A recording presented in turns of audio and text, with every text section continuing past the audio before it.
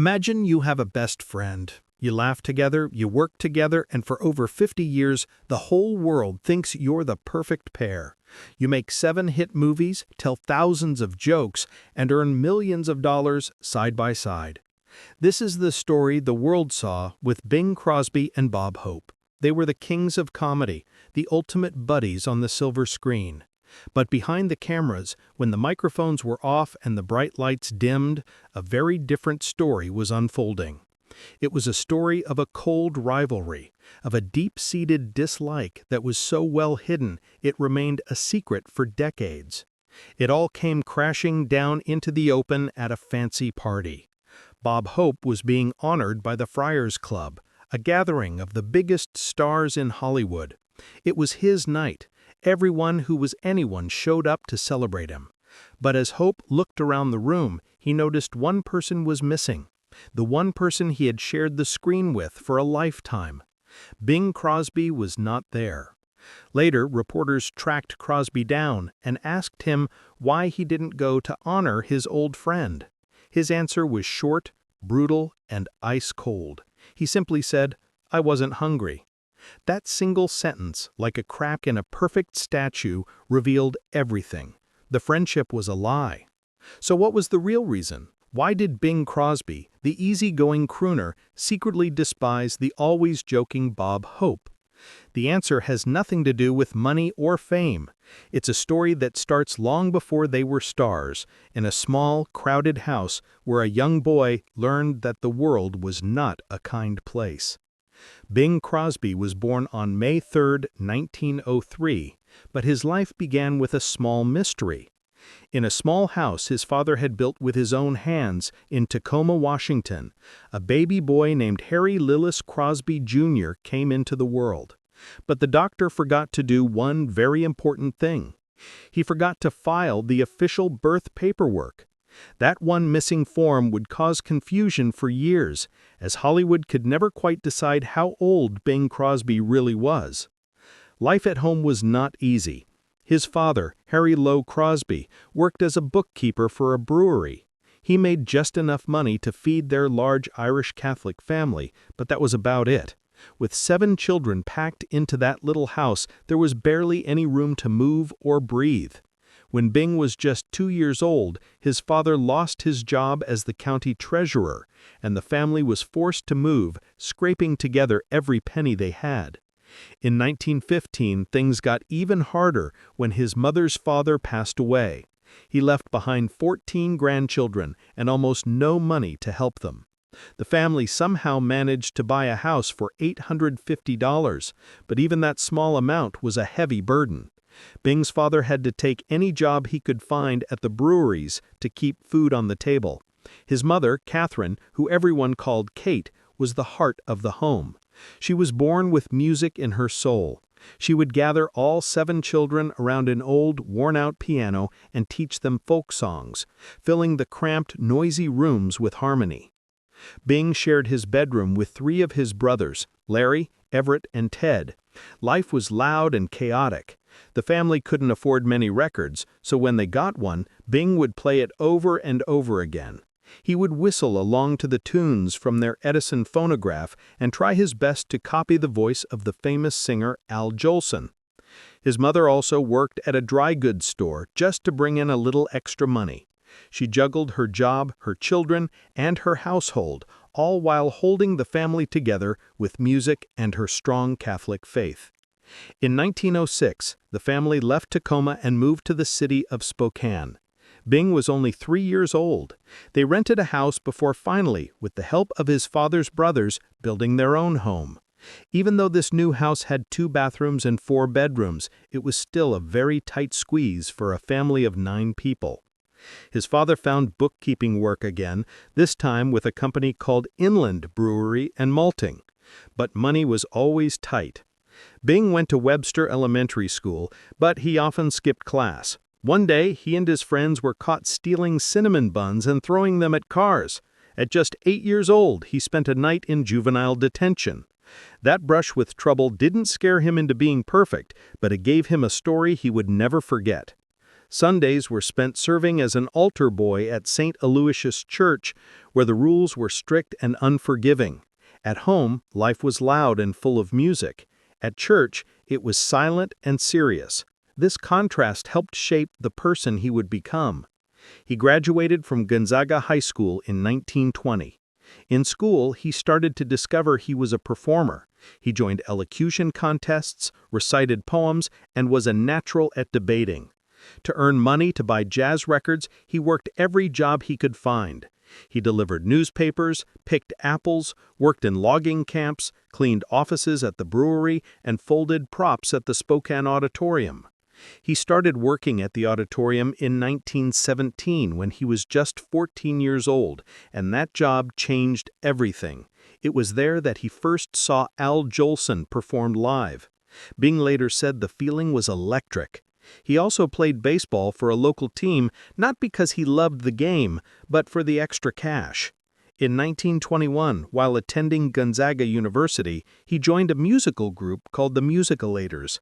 They played at local dances and parties, and suddenly, Bing wasn't just a kid from a crowded house anymore. He was a voice that people actually wanted to listen to. But underneath the music, there was something else bothering him. A family story, passed down like a legend, claimed they were descendant from important passengers, the Mayflower. His brother Larry even traced their family tree back to a constable from the year 1204. They talked about having aristocratic blood, but they lived in poverty. Bing later admitted that this gap between who they said they were and how they actually lived gave him an inferiority complex that never ever went away. He didn't even have a proper birth certificate to prove who he was. Church records were the only proof he existed. This confusion over his own identity made him hungry for more. He wanted a better life, he wanted success, and he wanted the sound of applause. He was supposed to become a lawyer, but by 1925, in his final year at Gonzaga University, Bing dropped out. His grades had slipped from B's to F's. The Musicalators were paying him more money than his part-time job as a law clerk ever could. He was sneaking out at night to go to jazz clubs, soaking in the sounds of the era. He was leading a double life, going to Mass on Sunday mornings, but spending Saturday nights in speakeasies. His mother was heartbroken. Family friends begged him to go back to school, but he didn't. In 1923, Bing, along with his friend Al Rinker and Al's sister Mildred Bailey, formed a small act called Two Boys and a Girl. They played at a place called the Pekin Cafe for $75 a week, which was more than enough for Bing to quit law for good. It was around this time he got his famous nickname. It came from a comic strip called the Bingville Bugle. A neighbor started calling him Bingo from Bingville, and the name just stuck. They performed at a local theater, slipping jazz and a style called scat into their act, which shocked some of the more conservative audiences. Spokane wasn't quite ready for a Catholic kid mixing black music styles into white performances, but they kept playing anyway. Then, in October of 1925, Bing and Al packed up a beat-up 1916 Model T Ford and drove 1,200 miles to Los Angeles. The trip took them 3.5 weeks. They averaged 200 miles a day, sleeping in one hotel room to save money by sneaking the second person in after dark. When they finally got to Hollywood, they had nowhere to stay. They crashed on people's floors and even sang on sidewalks for spare change. Bing worked as a soda jerk when he wasn't auditioning. On his very first night in Hollywood, he got spectacularly drunk at a speakeasy. He would never forget the feeling of his rubber legs. That week, they stayed with Mildred Bailey, got harassed on a trip to Tijuana, and took a terrifying $3 airplane ride that gave Bing a lifelong fear of heights. For the rest of his career, he always asked for hotel rooms on the very lowest floors. In 1926, things seemed to get worse. One talent scout told him he looked too Irish and that his voice sounded like a cat in heat. No movie studios wanted him. Casting directors spent a fortune testing him, but no one would sign him to a contract. They said his ears stuck out and his voice was too soft. He started drinking even more. His brothers sold trucks on the side, some of which were sometimes used for bootlegging, and that money helped him survive this tough period. Meanwhile, a big change was happening in the music world. A new technology called electrical recording was invented, and it meant that softer voices like Bing's could now be recorded perfectly. But he didn't know that yet. Later that year, Bing and Al finally landed a good gig with a vaudeville revue. It paid them $75 a week each. They performed 4 shows a day and 5 on weekends. But not everyone liked their act. Their use of black music styles like scat and jazz upset some white audiences. Theater managers got complaints. Some places even asked them to tone it down. Their songs were bold for the time. They also performed with dancers, and this interracial collaboration stirred up even more controversy. But it also got them noticed. In late 1926, the famous bandleader Paul Whiteman saw their act. In Los Angeles, Whiteman liked them so much that he didn't fire them even when theater managers told him to. Instead, he added a pianist named Harry Barris and turned the duo into a trio called the Rhythm Boys. Their 1927 hit song, Mississippi Mud, changed everything. Recorded with a cornet legend named Bix Beiderbecke, it helped make Paul Whiteman the king of jazz. Bing, Barris, and Rinker suddenly had a sound that everyone in the country wanted to hear. They recorded other hits and toured the country with Whiteman's orchestra. In January 1927, they performed at the famous Paramount Theater in New York. Bing was now earning $200 a week and singing for millions of people on the radio. Songs like From Monday On became bestsellers. But fame did not erase the darkness. Bing was drinking way too much. During the filming of a movie called King of Jazz, after an argument, he drove a woman home and crashed into another car. Both of them were thrown over the windshield. She was bloody and unconscious. Bing was arrested and locked up in jail. Paul Whiteman had to pull strings to get him out. The next day, Bing showed up at the movie studio in handcuffs. Because of that arrest, he lost his solo number in King of Jazz. The song of the Dawn was given to someone else. He still appeared in group songs, but it wasn't the same. The movie cost nearly $2 million to make, but only made back about $900,000. It was released just after the 1929 stock market crash and was a huge flop. Whiteman had to fire 10 band members and cut everyone's salaries, but Bing kept going. He remembered a famous 1924 concert where George Gershwin debuted his masterpiece, Rhapsody in Blue. That concert was meant to prove that jazz could be serious music. It made Whiteman famous, but it made Bing feel like an outsider. Gershwin's genius overwhelmed him. He wasn't part of that world yet, but he knew, deep down, that he would be. And by 1930, he would leave Rhythm Boys behind to become something much, much bigger. He would become the Bing Crosby we know today. On September 2, 1931, Bing Crosby signed a contract with CBS that paid him an incredible $1,500 a week to sing for just 15 minutes every night except Sunday. Just days before, he had paid $7,500 to get out of a smaller deal with the Ambassador Hotel.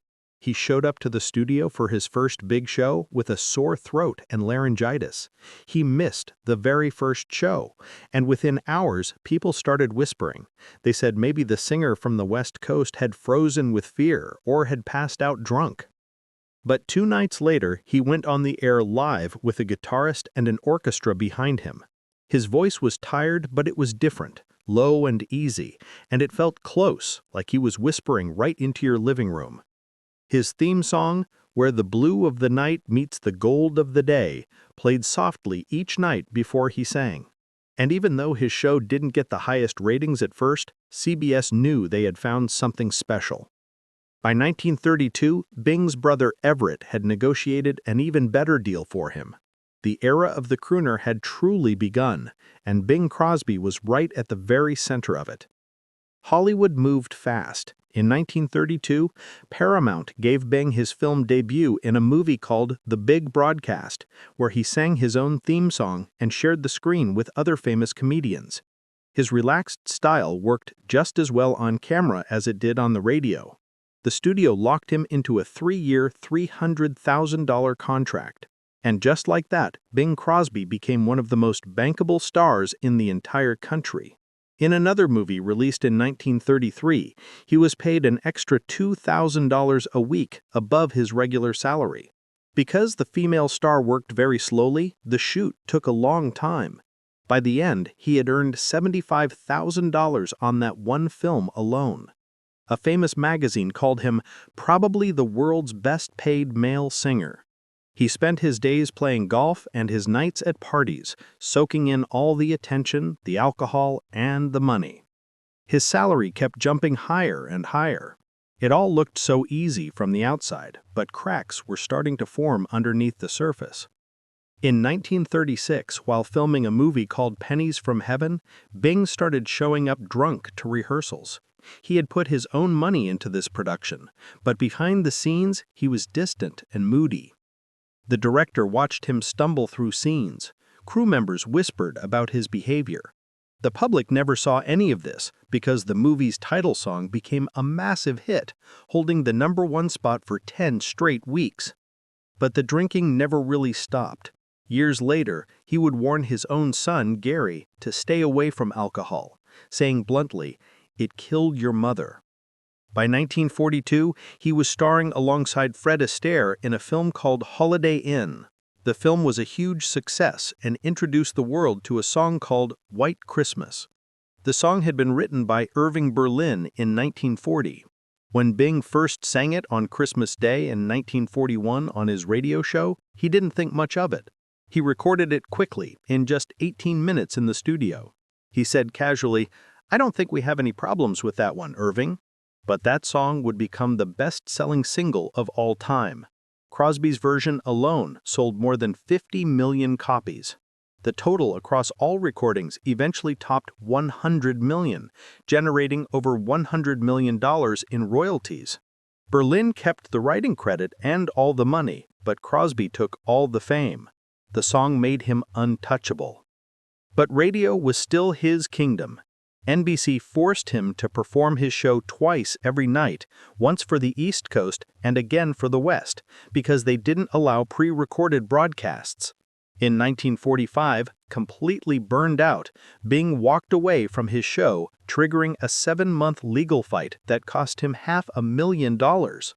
Then came a man named Jack Mullen, a former Army major who had smuggled some amazing new machines out of Nazi Germany. These machines could record sound perfectly on magnetic tape. Mullen demonstrated the machine for Bing, and he was absolutely stunned. Bing invested $50,000, worth over $1 million today, into a small, unknown company called Ampex.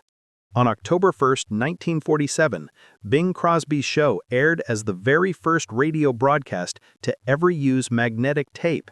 That single broadcast not only saved Bing's career, but it quietly launched what would later become known as Silicon Valley. Ampex would go on to create hard drives, videotape, and the backbone of modern data storage. Still, not everything he touched turned to gold. His rivalry with another singer named Rudy Vallee had been simmering since the 1930s. Vallee had once ruled the airwaves. He was the original crooner. Warner Brothers even made a cartoon mocking the 3 biggest radio heartthrobs, which included both Crosby and Vallee. But Bing's voice was cooler, more casual, and more intimate, and he slowly started winning. By 1940, Crosby had left Vallee far behind, recording 38 #1 hits in that decade alone. His voice truly shaped a generation. Even the great Louis Armstrong began adjusting his own style for the microphone, following the path that Bing had carved out. He wasn't doing it all alone. Bob Hope had been part of the journey almost from the very beginning. They met in 1932 at the Capitol Theater in New York, and they clicked instantly. Their banter felt improvised and sharp. the cool, calm singer, and the cowardly, crack-wising comedian. By 1938, Hope was a guest on Bing's radio show. It worked so well that the movie studio decided to turn their chemistry into a series of films. These were the famous road movies, a perfect blend of jokes, music, and friendly rivalry. But even in those early days, there was a distance between them. Hope hated that Bing always got the girl in their movies. Made more money than he did. Crosby, on the other hand, preferred the company of other friends, like the comedian Phil Harris. When Hope was honored at the Friars Club and Crosby didn't show up, Hope took it very personally. They worked together for 50 years, but they were never truly close. Behind the music and the movies, Bing was building an empire. In 1936, when the top tax rate in America hit a staggering 91%, Crosby set up a shell company called Bing Crosby Limited. This company let him funnel his earnings through a lower corporate tax rate. He sold his own talent to the company at a discount and then had the company pay for all his expenses, travel, investments, even oil ventures, as business costs. By 1937, this model was perfected. Other stars like Frank Sinatra and Joan Crawford quickly copied it. He wasn't just a singer anymore. He was the architect of Hollywood's tax dodge era. After the Great Depression, he and Bob Hope put $40,000 each into drilling for oil in West Texas. It was a risky gamble, but it paid off huge. They turned that initial investment into $5 million each. Because of a special tax rule from 1926 called the Oil Depletion Allowance, they paid no taxes on over a quarter of their profits. Even the dry wells that produced no oil could be written off as a loss. If you were rich enough, failure didn't cost you anything. By the 1950s, Bing's wealth had grown to about $30 million. When he died in 1977, his estate was worth $150 million, over $1 billion in today's money. He spent his money on a life of luxury. In 1937, he helped launch the Del Mar racetrack, and he wrote off his horse breeding costs as business deductions. He bought a huge French chateau-style mansion in Hillsborough with 11 bedrooms. The house had antique paneling from William Randolph Hearst's famous collection and a grand piano that had once been owned by high society royalty. He held on to that estate for 60 years. In 1946, he bought a 25% stake in the Pittsburgh Pirates baseball team for $250,000, and he kept that stake until his death. When the team won the World Series in 1960, Bing was so nervous he couldn't even watch the final deciding game. But no matter how far he went or how much money he made, his home life was never peaceful. He married a woman named Dixie Lee in 1930. At the time, she was even more famous than he was. But within just 6 months, she filed for divorce, saying he was mentally cruel to her. They reconciled after he flew to meet her, but the damage was never fully repaired. They had 4 sons together: Gary, Dennis, Philip, and Lindsay. Their home was not a happy one. Gary later said his father would weigh him every week and beat him with a leather strap if he had gained a single pound. He had a cruel nickname for Gary, Bucket Butt. The beatings happened often. Gary said he used to dream of killing his father. Philip also admitted he was beaten, even if he didn't talk about it as much. After Dixie gave birth to twins in 1934, her drinking got much worse. Looking at old photos, some people see signs that the twins may have suffered from fetal alcohol syndrome. As Bing's career soared higher and higher, he was rarely ever home. The boys were left to raise themselves while their mother spiraled downward. In 1947, Hollywood even released a movie that was a thinly veiled portrayal of Dixie's descent into alcoholism. She died in 1952, from ovarian cancer, just before her 41st birthday. The aftermath of this troubled family life was brutal. The sadness and pain followed his sons for the rest of their lives. Dennis committed suicide in 1991. Philip shot himself in 1899 after the money from his inheritance was lost in bad business deals. Gary died in 1995 from lung cancer. Only one son, Philip, lived long enough to finally receive the money from his trust fund. When Bing remarried in 1957 to a young actress named Katharine Grant, who was only 23 when he was 54, the age gap drew a lot of headlines. They had 3 children together, but Bing had cut his older sons off from their inheritance until they turned 65. He had said, "How much trouble will they be able to get into then?" Only Philip lived long enough to find out. Bing Crosby's voice comforted millions of people, especially during World War II, when he sang to the troops and helped sell millions of dollars in war bonds. But behind that soft tone and easy charm was a tough businessman, a fighter, a man who was building walls around himself as fast as he was building his empire. He changed radio forever. He helped save television. He launched Silicon Valley. He sold 100 million records, but he couldn't hold his own family together. And in the end, the man behind the microphone left behind a legacy full of beautiful music, immense wealth, and a deep, heartbreaking silence. Now, let's turn to the other half of this story. It started on a summer day in 1932 when Bob Hope was walking through the streets of New York and just happened to run into a young Bing Crosby. It didn't seem like much at the time, just a casual meeting between 2 entertainers who were on different paths. But that December, they found themselves working together at the Capitol Theater.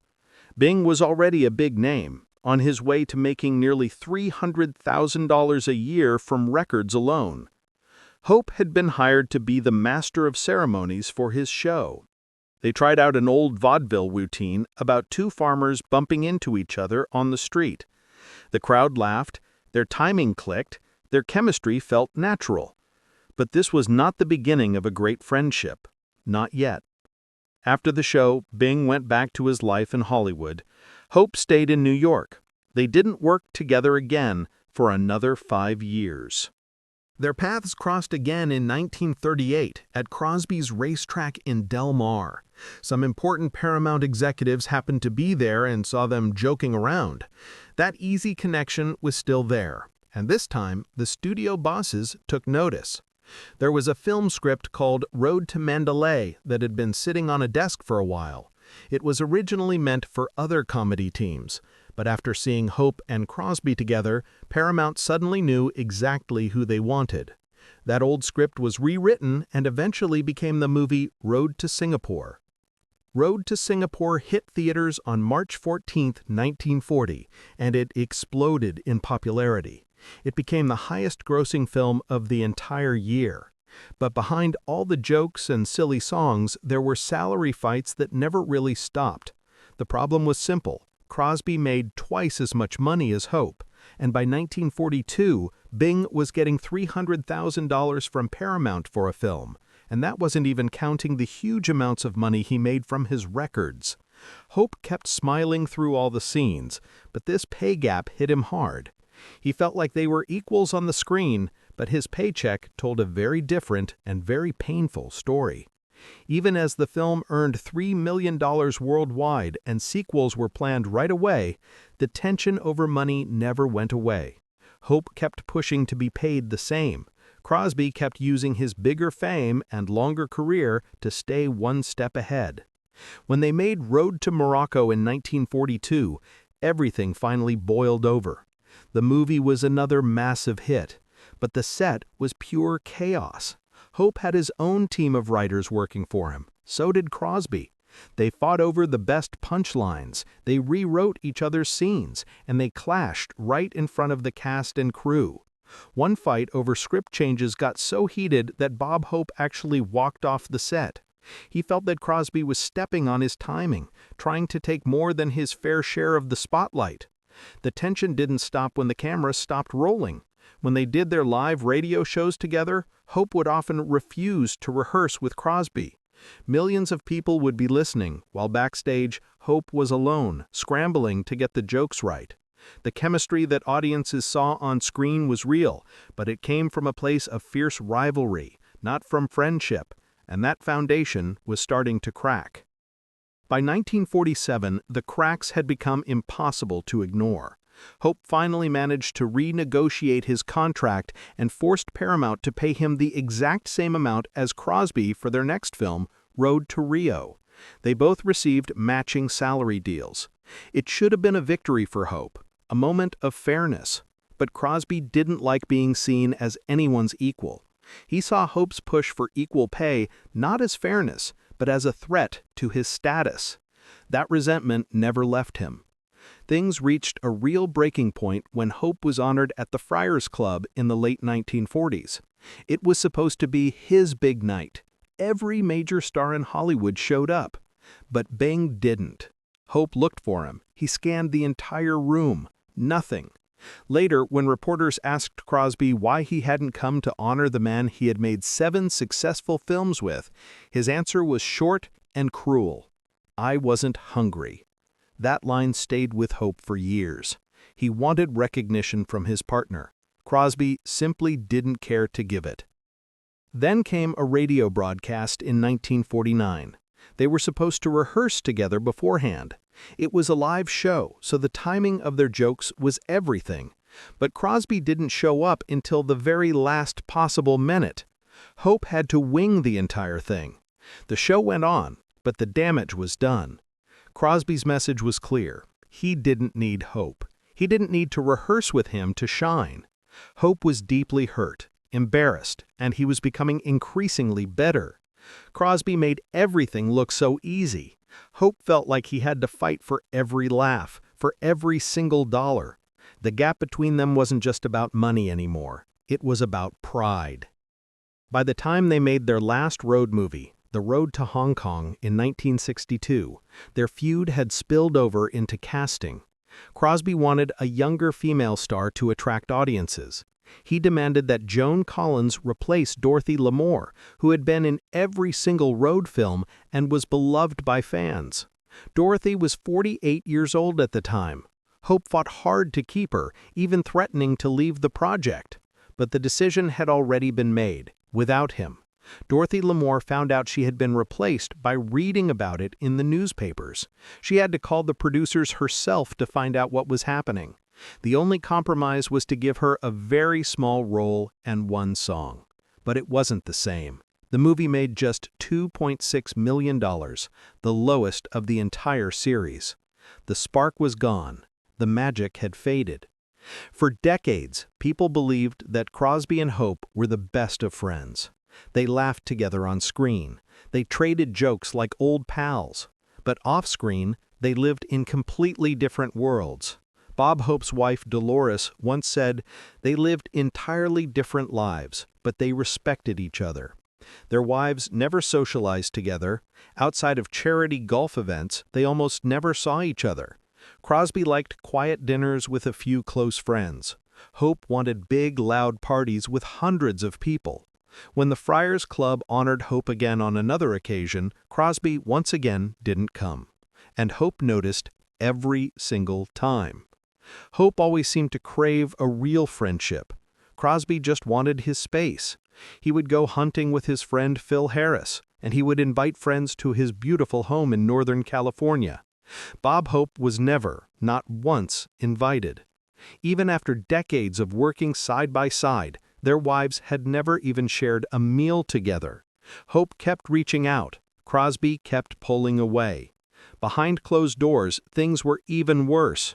Crosby would sometimes call Hope a talentless hack when talking to other people. Hope later told his own biographer that he sometimes detested Bing. Their famous joke, "There's nothing I wouldn't do for Bing and nothing he wouldn't do for me. How we go through life doing nothing for each other," wasn't really a joke at all. It was the painful truth, carefully wrapped in a smile for the audience. Their last years together showed just how deep the divide really was. Bing died on October 14, 1977, after playing a round of golf in Spain. He was 74 years old. Bob Hope's public tribute was very short. He simply said, "He was a great partner."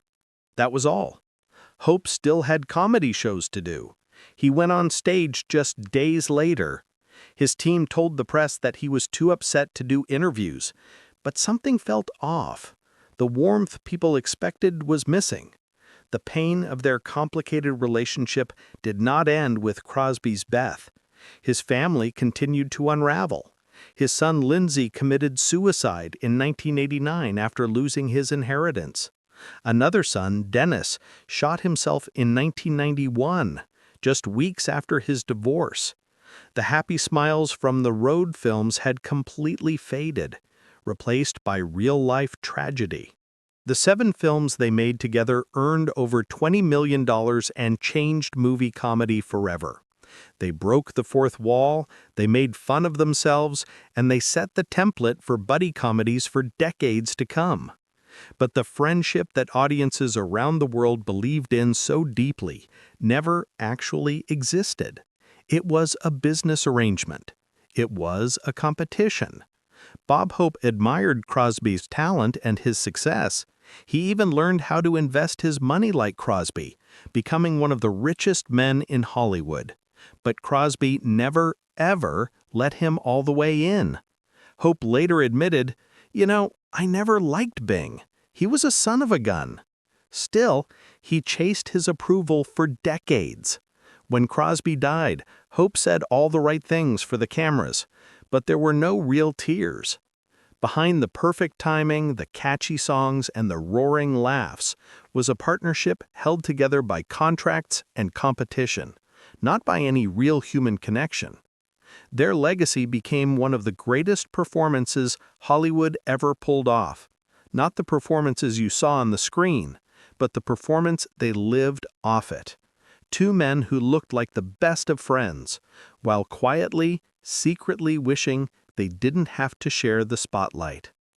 If this story of hidden rivalries and Hollywood secrets surprised you, if it made you see these 2 legends in a new light, then do us a favor, give this video a like. It really helps us out. Share it with a friend who loves old movies and behind-the-scenes drama. And most importantly, subscribe to the channel and hit that notification bell. We uncovered the real stories behind the biggest stars every single week, and you don't want to miss what we reveal next. Thanks for watching.